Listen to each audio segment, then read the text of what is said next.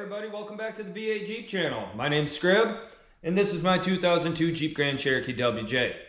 This is the first episode of a multi-part series that I'm going to be doing, outlining several upgrades that I do on the Jeep over the winter time here in cold Michigan.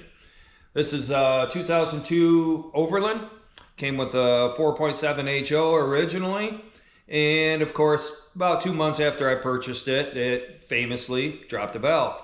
Seems to be the fate of most of the HO47s. Past that point, been running the 6-liter LS, followed by a 4L80 trans and a 242 HD transfer case, which seems to not be the most popular T case for LS swaps, but in my case, I wanted to give it a try. The Select Track seems to be the way to go when they're not LS swapped. Gives you a lot of options for high and low, an all-wheel drive-ish mode, and two-wheel drive, of course. I'm going to find what its limits will be, especially when it gets its upgraded motor. As far as the upgraded motor goes, that's going to be something we'll talk about in another episode, but we are going from a 6-liter LS to something considerably larger. Past that point, what we're going to be doing here is several different upgrades. I'm going to start out with a HK Offroad hidden winch. I know there's a lot of videos out there showing this done, but in this case, it's my turn to show the way that I do it. We're also going to be getting some chassis stiffening plates for the subframe rails. It's a possibility that we might be going with an internal roll cage, one for safety issues, two for that much more stiffening of the chassis. We are going to be running with quite a bit of horsepower. Going to keep teasing that, but we'll get to that part here soon. In the meantime, we'll be doing these little things. I have a lot of wiring to do. I am operating everything with Holley Terminator X Max. Over the winter here, I need to wire in my turn signals, my bright light indicator, and fuel level sender, and so on, because I am running a Holley 7-inch digital display for a dash.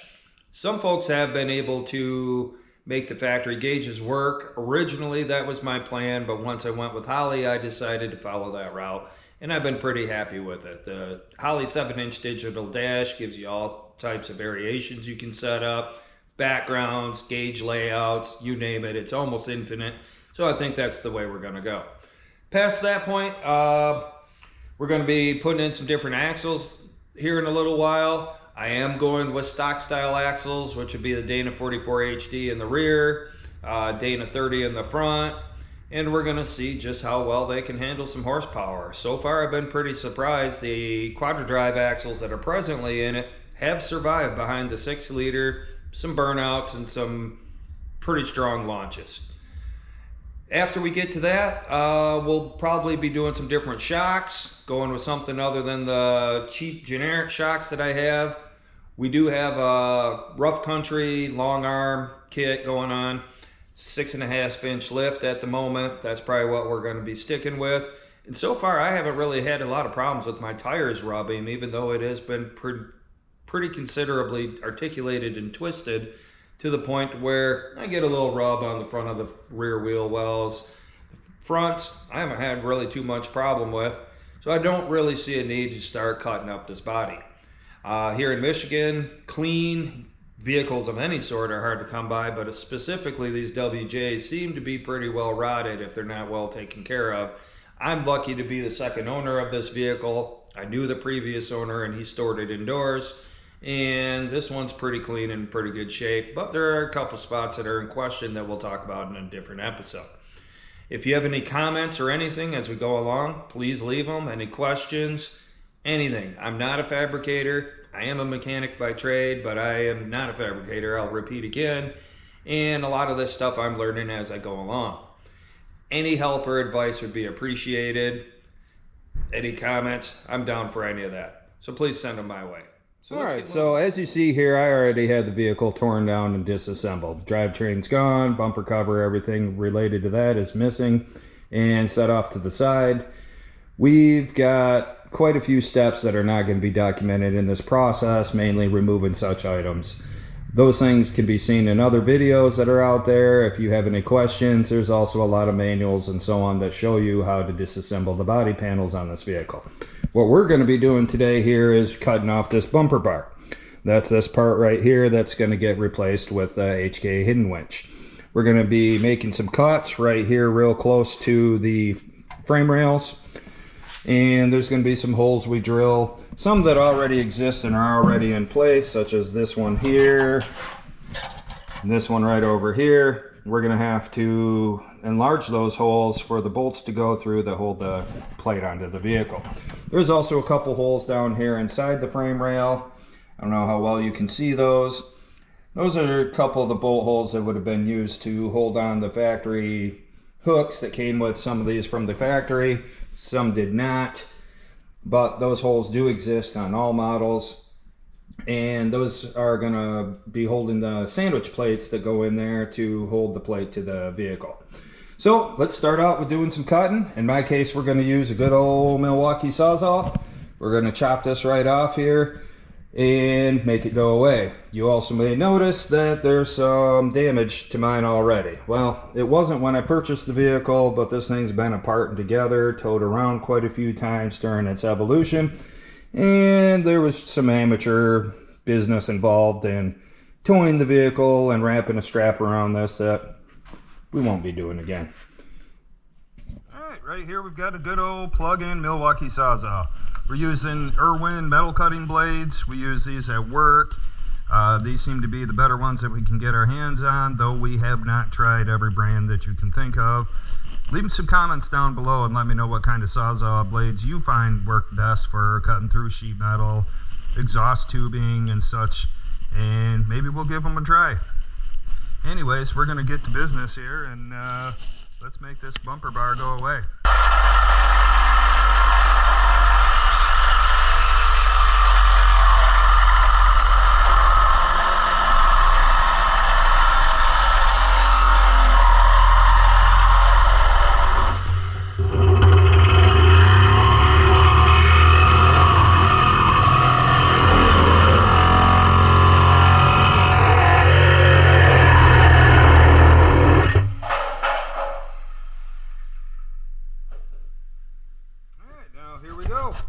As you see, she's all wide and open.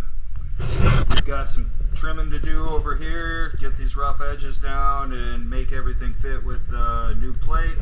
Going to do a little test fitting. It's probably going to go on and off a couple times. I want it nice and as clean as possible. And let's get at that. Let's make it work. Alright, so I did a little test fitting off camera here, and you're going to see that I haven't removed enough metal. Now that's always a good practice when it comes to cutting or doing any kind of fabricating like that. If you're not doing something that's a precise measurement, take off less than what you need and adjust from there. You can't go back and add more metal later, but you can always remove a little bit more later. Let's show you what we got here. So down here where I made my cuts, I've still got all these corners here that are all sticking out a little bit further than this plate. Basically, we're going to be going flush up against here, and mainly up against here is where the little wings that are on the top of the bumper or the winch mount are going to go right in here. And these are the holes that we're going to make bigger. In the meantime, we got to do some grinding. We're going to make this fit. We might take it on and off several times, try to squeeze it in there so it's nice and tight as possible. We got to do the same thing over here as well. As you see, you can see quite a bit of lip there, and I would just rather do it slowly and take my time, make it fit properly. Let's get at it.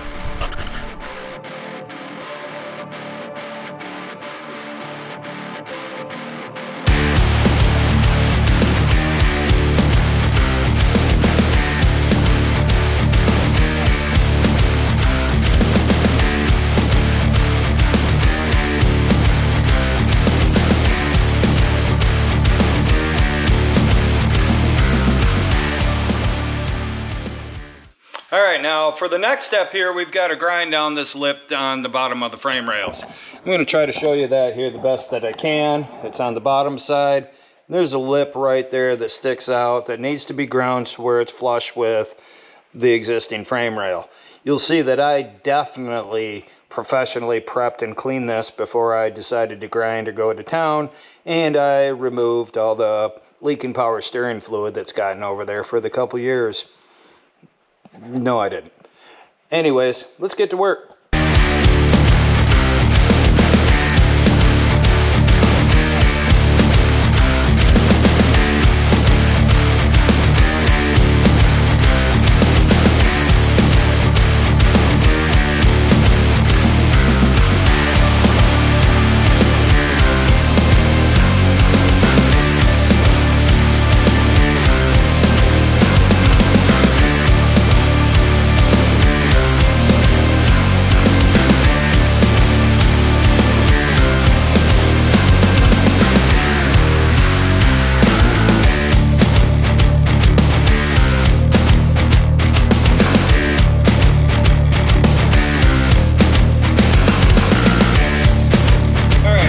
got everything all pretty well cleaned up here. In my case, I used some rubberized undercoating inside the engine bay, and grinding some of that off has been a little bit tricky. But we've got everything down here now, pretty well lined up with the frame rail per the instructions. Mine, I think this got sucked in a little bit when the bumper bar got tugged, so it might have slightly pulled the frame rails together.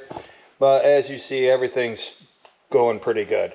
It's been a tight fit trying to squeeze the winch plate in there a little bit, but I have a feeling that could be just a matter of mine being sucked in or manufacturing variances and tolerances or whatnot.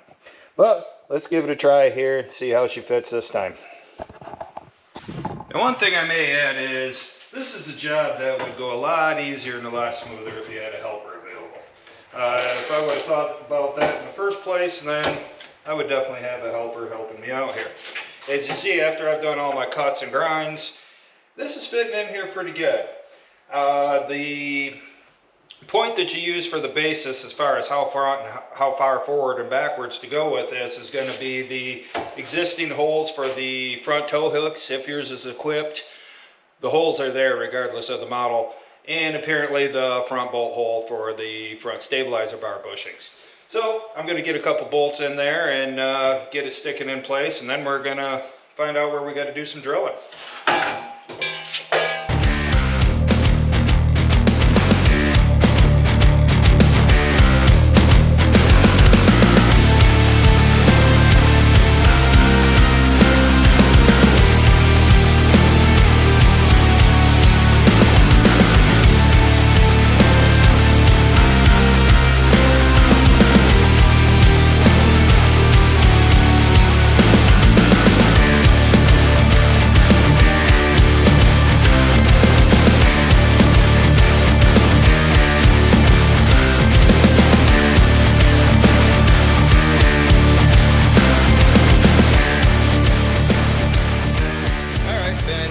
Doing some fit and finish work here with this, and you may notice that I did have to grab a helper.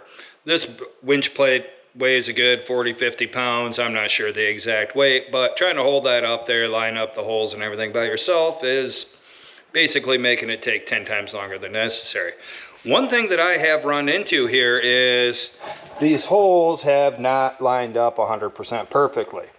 Again, I don't know if that's just manufacturing tolerances from Chrysler back in 2002, or if that's a matter of my vehicle being slightly tweaked or what it may be. But I did go ahead and elongate the holes and slightly enlarge them so I can get everything to line up. So I just wanted to show you guys that. I used a step drill. This one here, the second one back, is real difficult to get to, mainly because this lower radiator support's in the way and you can't really get a straight shot at it. If you have an angle drill, of course, it'd make it a lot easier. Guess what I don't have? Yep, I don't have an angle drill. But I think I've made it work out. I'm going to clean up these holes a little bit and then do another little test fit, and I think I'll be able to get it bolted on this time. All right, well, we got her mounted up here, got our holes mostly drilled and lined up. The last holes that we've got here that we've got to drill are for the side plates. Now, in my case, I had an issue here where I had to elongate one of the holes for the back threaded portion to get one of my bolts to fit. It was off just a little bit. I don't know if that's specific to my vehicle. Again, it slightly got tweaked up front, or if it has to do with the fit and finish of the winch plate. Not sure. But either way, we're past that point, and now we just got to drill these holes. Now, what they show us here is to line these up. One thing I want to point out here real quick is how far off mine is as far as lining up with the front of the bumper there. This side here is not as bad. The directions do state to leave everything loose so you can slide it up back and forth and make it flush, but if I do that, then the back holes are not going to line up, and really either are the other ones. They're not slotted. They're pretty close to the same size hole that they need to be. So I'm not quite sure what the situation is there. Did a little measuring, and the plate is pretty well equal right to left. So I'm not sure what the whole story is there. But I may grind it down, make it flush. We'll see once it comes time for the bumper cover to go on what I'm going to do. Eventually I'm going to have the winch plate powder coated, but that's going to be later down the road once I get everything all fit together and know it's going to be where I want. I haven't decided what winch I'm going to use yet. There's a few options as to what will fit behind the bumper cover on the WJ. And, well, we'll see when we get to that point. That's one of my later priorities. The reason I'm doing this now is because it gives a lot more access for the engine bay, as you'll see in some other episodes. We got a lot of work to do in there to fit the new power plant. So right here we get these holes. These ones I've already started. I drilled a pilot hole here. I'm pretty sure you can see that. One down the bottom you're not going to really see, but I started with a 3/16 drill bit, and ultimately the final size needs to be 3/8 of an inch. Over here I haven't began, so we're going to document that, let you guys see me go at it. We'll get the holes drilled and get the bolts in there. And then pretty much as far as the winch plate goes for today, we're going to be done with it until further down the road when it's time to start putting this thing all together.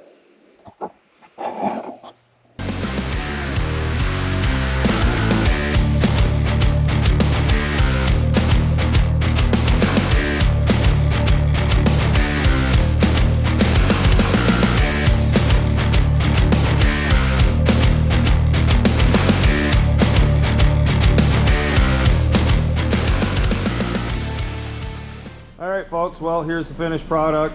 Not a huge project by any means. Everything's all mounted on there nice and good. One thing that I'm probably going to do is we do have these through bolts that go through the frame rail right here. I am probably going to make another form of sandwich plate to back up the back side of these two bolts that are going in. I've seen plenty of videos of this winch plate with winches. Pulling out plenty of Grand Cherokees with no issues, but I feel like if I can add a little bit more strength and a little security, then that's what we're going to do. I do know that HK offers these with or without the D-ring mounts. I think that's what they're called. These are very stout, very heavy duty. I don't know why you would get one without them. If you're going to be doing any kind of off-roading and you need a recovery point, these would be the way to go. Apparently these just will stick out of the bumper cover. I'm going to post a couple pictures that show what these look like completed on other vehicles. I'm sure most of you have seen it. If you checked out this video, more than likely you were thinking about getting this plate. A couple other companies that offer these. I can't vouch which one's better. I can't imagine how much better this could be. There's a couple little fit and finish questions that I'm curious about, whether it's the plate or my Jeep. But I got past all that and it's all mounted and pretty solid and I'm happy with it. We'll be coming back off and getting powder coated at some point in time. Still quite a bit of an evolution of the Jeep here.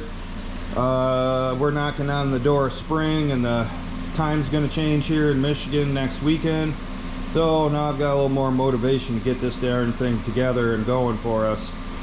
Next episode we're probably going to be talking about chassis stiffening plates and some other upgrades on here, and we'll go from there. Please like and subscribe. Appreciate you guys watching. Any comments, criticisms, questions, please send them my way. I'm pretty thick-skinned, so if I'm wrong about something, yeah, set me straight. Like I said in the beginning, I don't know everything, and I am definitely not a fabricator, but we're figuring out things as we go along. Have a great day. Be nice to everybody, and show some love. Thanks, guys.